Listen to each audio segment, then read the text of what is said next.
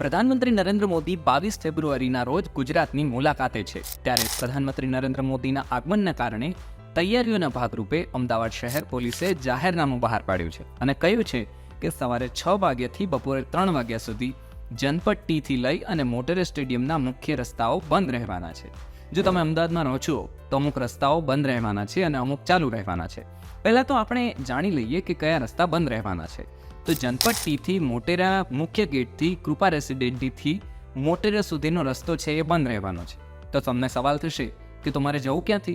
તો હું તમને જણાવી દઉં કે તમે તપોવન સર્કલથી ઓએનજીસી 4 રસ્તાથી વિસદ ટીથી જનપદ ટી થઈ અને પાવર હાઉસ 4 રસ્તા થઈ અને પ્રબોધ રાવળ સર્કલના રસ્તા ઉપર અવરજવર કરી શકશો. આ સિવાય કૃપા રેસિડેન્સી ટી થઈ શરણ સ્ટેટસ 4 રસ્તા થઈ ભાટ કોટેશ્વર રોડ અપોલો સર્કલ તરફ પણ આવજાવ કરી શકશો. આ રસ્તા આખો દિવસ બંધ નથી રહેવાના.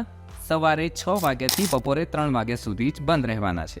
ગુજરાત પ્રવાસ દરમિયાન પ્રધાનમંત્રી નરેન્દ્ર મોદી નવસારી ખાતે મિત્ર એપેરેલ પાર્કનું ખાતમુહૂર્ત કરવાના છે. કરોડોના વિકાસના કામોનું ખાતમુહૂર્ત લોકાર્પણ પણ કરવાના છે. આ સાથે પ્રધાનમંત્રી નરેન્દ્ર મોદી વર્ચ્યુઅલ માધ્યમથી સુરત મનપાને વિકાસની ભેટ પણ આપવાના છે. 1130 કરોડના 14 વિકાસ કામોનું લોકાર્પણ કરવાના છે. સાથે જ 2112 કરોડના 35 કામોનું વર્ચ્યુઅલી ખાતમુહૂર્ત કરવાના છે. પ્રધાનમંત્રી મોદી નવસારી બાદ કાકરાપાર જઈ શકે છે એવી રીતના સંભાવના છે. કાકરાપાર ખાતે બની રહેલા 700 મેગાવોટના 2 પ્લાન્ટ દેશને સમર્પિત કરવાના છે.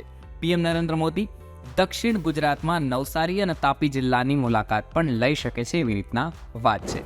તો જો તમે અમદાવાદ રહેતા હો તો પછી આ માહિતી તમે મેળવી લો.